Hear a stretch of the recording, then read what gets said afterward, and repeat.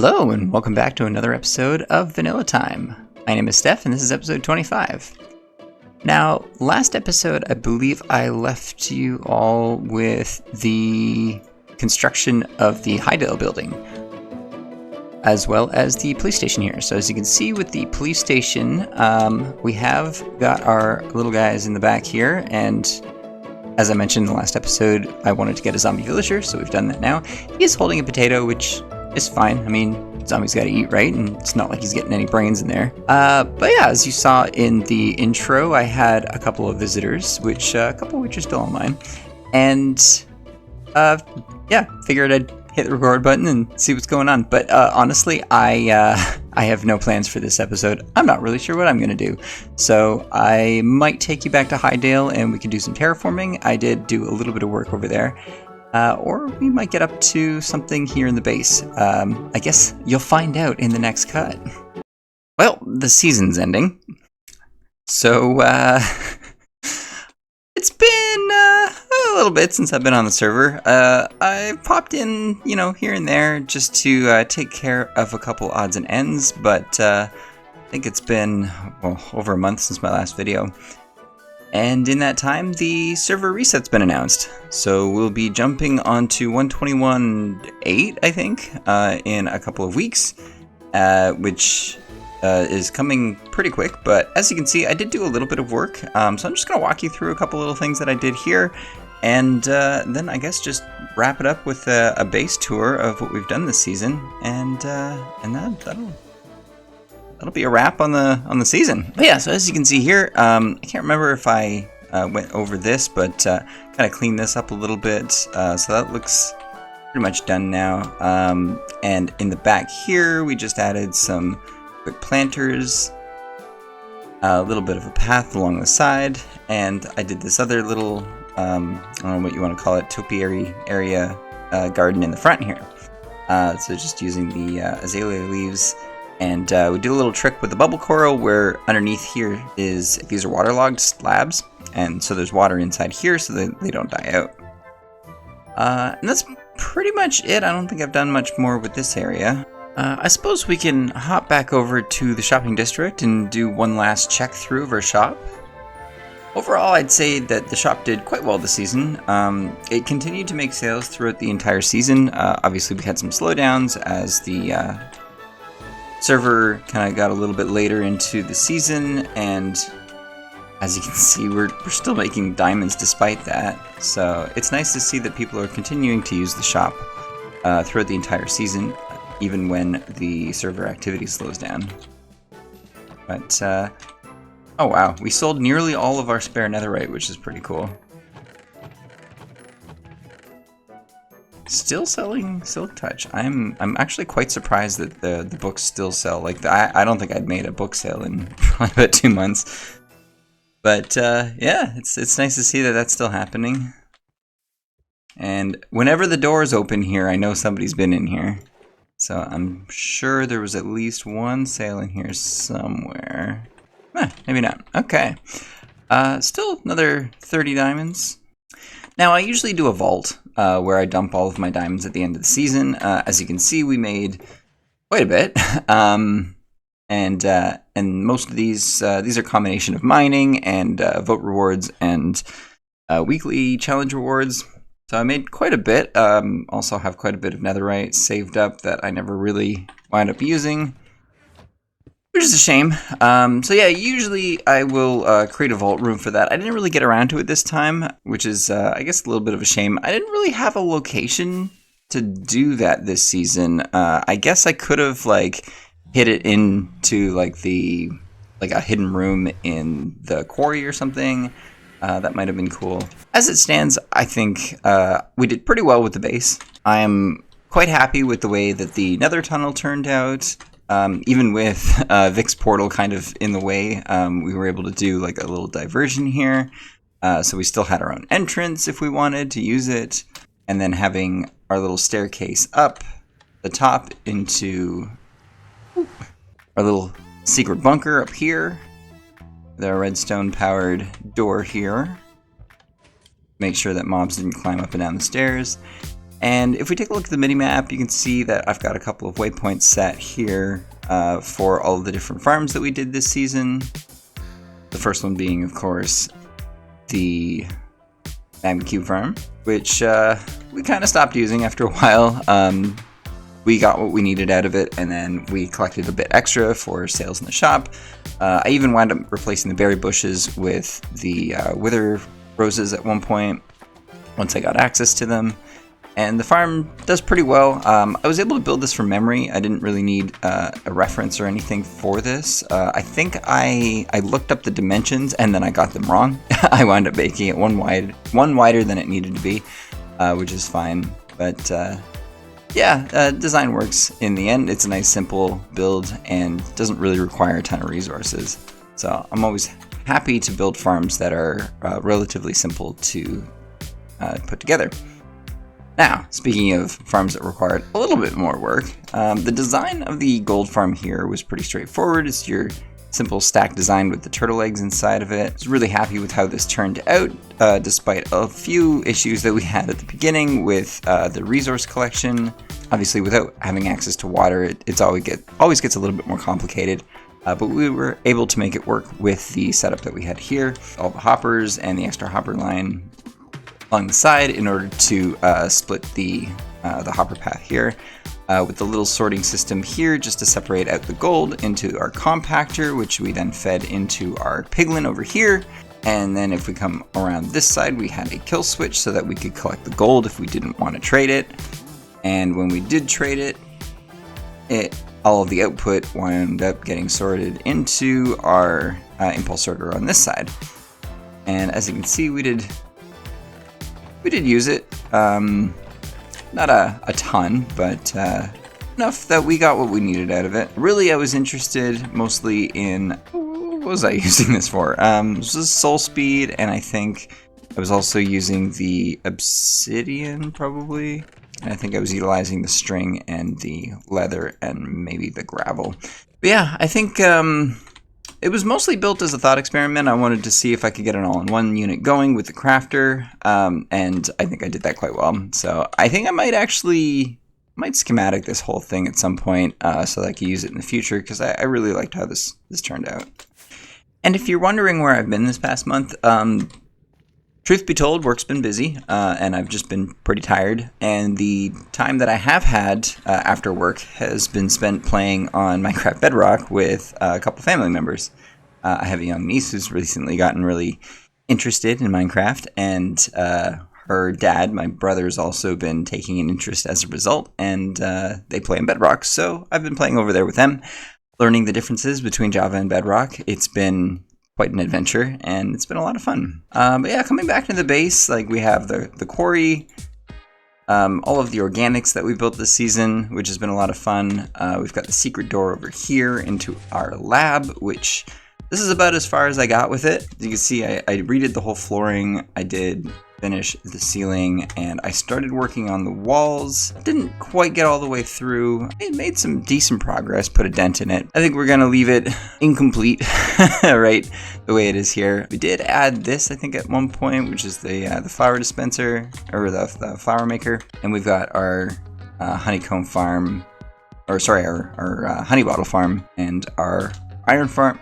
Iron farm? Not iron farm. There's an iron man in it, not an iron farm. That is the old school slime farm with just a single layer. And then we've also got the chicken powered slime farm that we built over here, which I believe I disabled at some point. Looks like I did re-enable it. So you know what? Let's give this one last run. So I think all we got to do, just check to make sure that we got resources in the back. Yeah, I think we're good. So we press the button here. We wait a couple of minutes for the potions to brew up, which we can, we used to be able to monitor, but I don't think I can access it anymore. I think if we come around, I can't even access it. So we're just gonna have to watch it. But yeah, as you can see, we had lots of extra potions of oozing that came out of this. I've been collecting slime balls as I used it. I guess I ran it a couple of times off camera. You can see it's been building up with chickens. I must have AFK'd in the area a couple times the last few times it was online. Probably while I was building this, actually. It really does take a minute, doesn't it? There we go. And there's our slime. Boom! I love the way that they just like explode out of the glass like that. It was a bit of a bug as far as I was concerned with the initial design that sort of turned into a feature, and yeah, and then the minecart underneath just picks everything up and off it goes. And I found usually did about a stack of slime at a time, maybe a little bit more, and then also produces feathers, raw chicken, eggs, and potions of oozing. Yeah, pretty cool design. Not super efficient, wasn't designed to be. It was, again, just an idea that I had that I wanted to see if I could build myself, and I did, and I was really happy with how it went. And then if we come back up, why is it always raining? It's always raining. Always raining. Let's see if I can skip night here. There we go. And then here we had our starter base, which was originally a villager house that I tore down and converted, basically keeping the chests intact with our little kind of half-arsed potion brewing setup here. And my favorite part, the bathroom. Don't ask. And then around the corner, we've got our wolf farm over here. Heading up the stairs, there's the scoop ball arena, and then the dropper game over there. We've got our iron farm in here with our auto crafting, which gave us our bone meal, our iron ingots, and then when this chest fills up, the overflow gets converted into iron blocks. I've just been converting the blocks into shulker boxes manually, because I didn't bother putting a shulker loader in there. Our little chest of goodies that we use to trade with our our masons and our smiths for all of our tools and weapons, as well as this was our primary mode of generating emeralds. And then I also put in this here, so if you traded with villagers, and then you could dump the emeralds in here, and that would just feed all the way over to our other trade hall, which was right next door. Right in between the iron farm and the trade hall was our villager breeder. So you just throw food in here, goes up the chute, gets fed to the villagers, they pop out the baby tries to pathfind over to this bed here, falls down because of the trapdoor, and water drops right over here, which we give them time to grow up, and then I could press a button here, which shoots a minecart and picks up the villager and takes it outside, where I could transport it wherever I needed to. And then our trade hall over here with our villagers. We had a lot of extra gear by the end of the season, all of our extra emeralds. So this is the chest that the emeralds would get pushed into. Pretty cool. And then all of our librarians were in here. I think we actually added one last one here for Aqua Affinity. And then I leveled it up. And then if we come around path here, we've got our cow pen with our segregated cows. Mushrooms, I should say, with the goats in the back. We've got turtles over here. We've got our AFK fishing hut over here with, I think we had an allay in there, which we didn't really use much. I always tell myself I'm going to use the allays and then it doesn't wind up happening. We've got the path here, which I sort of did a little bit of work on, just adding a little bit of minor terraforming. Not much, just to make it, obvious that this is a path. And then it sort of just trails off here. I was planning on doing this all the way across. We had a little visitor here. All the way to Sade's base here. But unfortunately, I just, again, didn't wind up finishing the path out. I'm running low on rockets. We've got our other minigame over here, the slime launcher. Some more organics, some trees. So our Flintstone vibe in like full display here, which I thought was pretty cool. We've got the panda sanctuary house over here where Harding was breeding pandas. We've got the enchanting table room here, which press the switch and boom. Funny story, I actually rebuilt this setup in a single player world after I built that here because I liked it so much.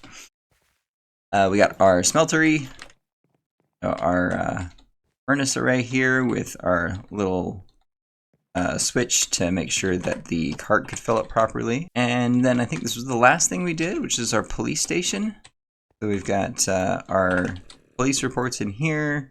We've got our different librarians here acting as the police guards.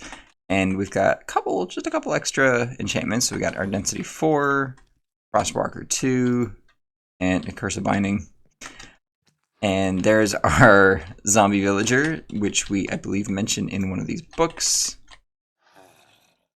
This one? No. Was this one over here? Yep, suspect infected with zombie virus.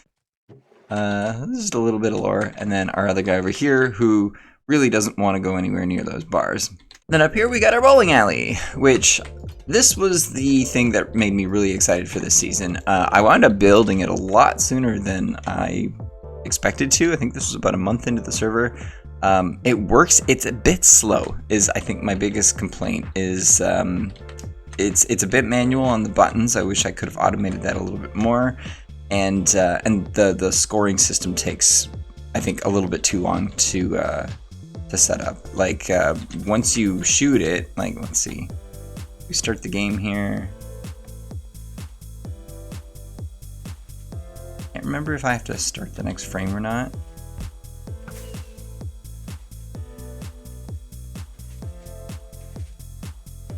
Yeah, so it collects it. Yeah, I don't think I've started the first frame yet. Oh, wait, no, there it goes.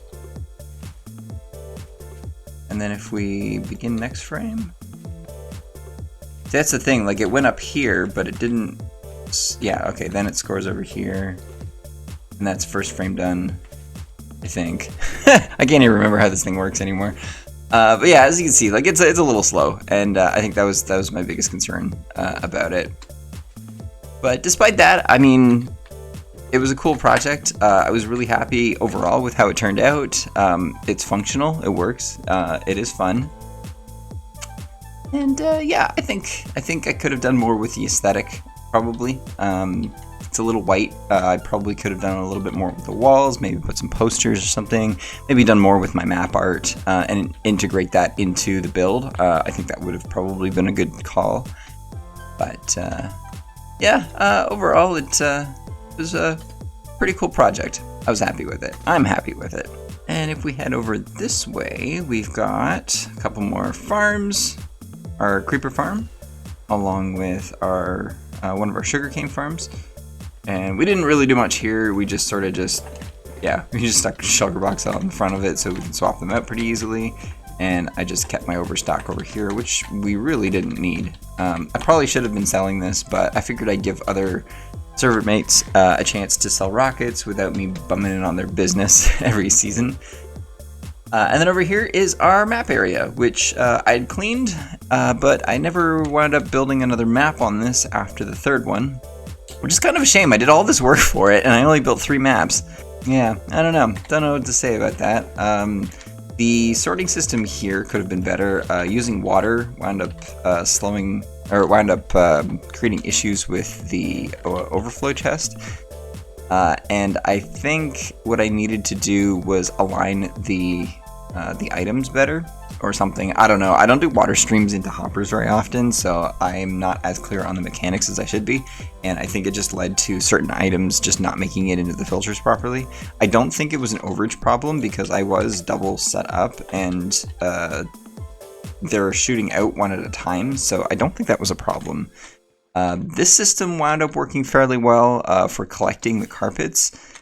So we had these machines over here that you'd press and they would like pick up the carpets and push them along. You'd have some kind of hanging off the edge because I wouldn't want to run all of these at once. So I would run around keeping the chunks loaded and then picking up the items behind it. If you're curious and want to see more, there's a short that has kind of just all of it condensed into a minute and a half. Or there's a full video if you want to watch me slowly lose my mind building this thing. It was I would say it was a lot of fun to do, but actually it was quite grueling. But I was pretty happy with how it turned out.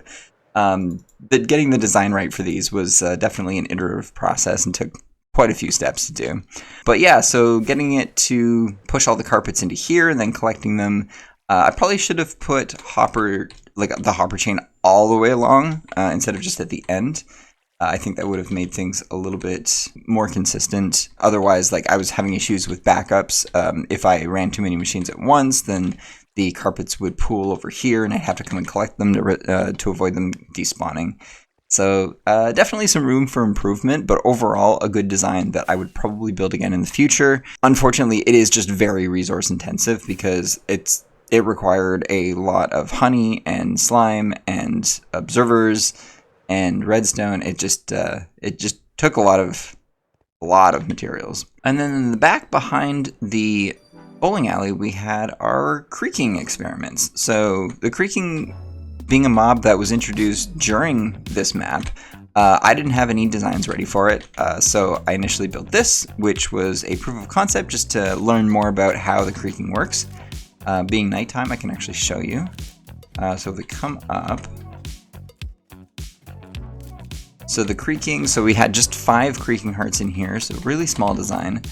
And then if you just, so I learned that they don't spawn in water, which is weird. They also don't spawn on carpet. I believe I carpeted the area here. Excuse me. I thought they had to be double carpeted at one point, which they don't. But yeah, so you would wait for them to spawn, and you press this button that turns on the machine, so that turns on the water, and then turns on the clock that pushes these back and forth. And then you would just go in and beat them up, and they would pop off and go in the water and get pushed into a hopper there. Problem is when the items pop off, they sort of just go flying in every direction, and so I initially had these hoppers around the outside to try and collect the ones that would go flying, but they would go flying everywhere. Like they would wind up outside of the farm even. So on my second iteration, I came up with this design, and this design is much cleaner. So if we come down, if we come down here and we can turn the farm on. Yeah, there we go. Same design in terms of moving pistons around. And let me just get up in here. Kind of see it in action. So we're still pushing the creaking, the pale oak logs along. But as you can see, it's going in a big piston feed tape for this one, so we could manage a lot more. And in order to get past the whole spawning issues with the water, we have them spawn on the glass here. So they can spawn on glass because it's technically a full block. I keep falling in this thing. But they won't spawn on incomplete blocks. So non-full blocks like fence gates will actually keep it, and fence gates are movable, so we can push them in and out. And so they'll spawn, and then the fence gates will push them off, and they go into the... I'm shifting, but I'm shifting onto the fence gates, so when they get moved, I keep falling in. It's funny. But yeah, so that's basically the whole concept. It just moves them around. Okay, that's enough. So they fall inside here, and then we can use a sweeping sword, not my fire res, or my fire aspect, but just a regular sweeping sword. And then we can smush them up, and the resin winds up getting dropped into the water stream, which then comes around into these hoppers.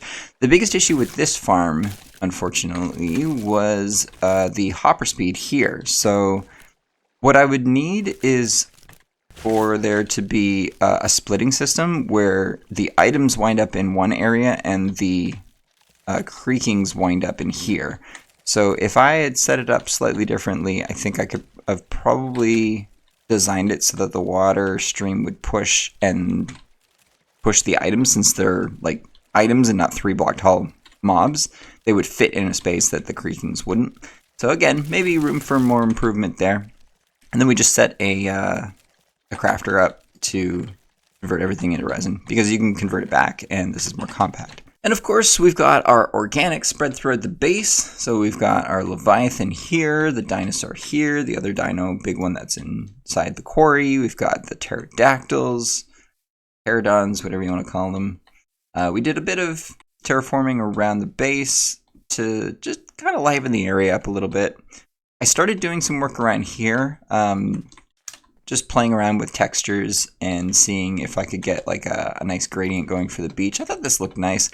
I had ideas for kind of expanding this around a little bit. Never really got to it, but the concept's there, and I might use this again in the future. And if we come back into the main center part of town, we've got our farmer in his little house. We've got a bamboo farm over here, which compacts down to blocks, I believe. Yep. We've got the original base, the first build on the server. And this was kind of the build that inspired the whole theme. So we've got our little Dino sort of dude who you jump on his head and it drops a lava bucket and makes a bunch of noise. There we go. So we could do some initial smelting. We've got the Great Kazoo in here, but he's sitting through the window because he keeps going through there. We've got our little elephant and our pig acting as our composter. We've got our parrots, which were a huge pain in the butt to get inside. We've got all of our all of our newspapers from the Times. And a little AFK hole. Then coming back out, we've got our Flintstones car and Harding Sniffer Farm. That's pretty much the base. Yeah, just a better look over here at the Scoop Ball Arena and the Dropper game, which I still haven't beaten in one go, by the way. Yeah, maybe I'll give that a few more goes and see if I can get it before the world resets. But yeah, this has been a lot of fun. I always feel a little sad when the map resets, but I will be getting a world download copy of it, as I always do. And I look forward to the next season. So if you want to see more and you liked what you saw, then blah blah blah blah, you know, those things. Subscribe if you're new. Maybe leave a comment. Let me know what you want to see in the next theme, because I'm still brainstorming ideas. I got a couple ideas that I might start designing for while we're waiting for the reset. But really, I'm still open to other ideas. I haven't locked anything down quite yet. So yeah, just let me know. Otherwise, I will see you next time.